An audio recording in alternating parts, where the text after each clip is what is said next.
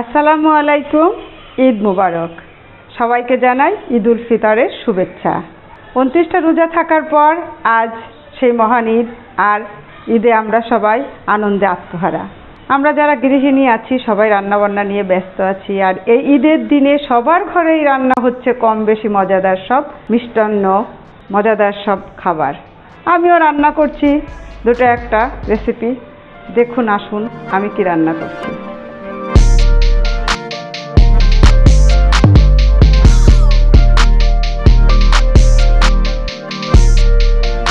আমি চাঁদ রাতেই তৈরি করে নিয়েছিলাম গরুর মাংসটা এবং চিকেনগুলো ভেজে রেখেছিলাম রোস্টের জন্য। সকালে উঠে চিকেনটা রেডি করে নিয়েছি। এবার আমি গতানুগতিকভাবে চাইনিজ ভেজিটেবলটা রেডি করে নিব। চাইনিজ ভেজিটেবলটা হয়ে যাওয়ার পরে আমি পোলাও চাল ভিজিয়ে রেখেছিলাম। পোলাও চালটা ভালো করে ধুয়ে সাদা পোলাও তৈরি করে নিলাম।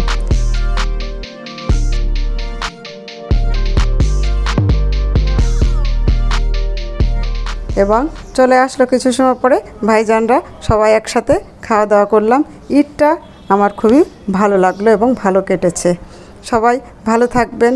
ভাই বোন আত্মীয় স্বজন সবাইকে নিয়ে ঈদ করার মজাটাই আলাদা। আল্লাহ হাফেজ।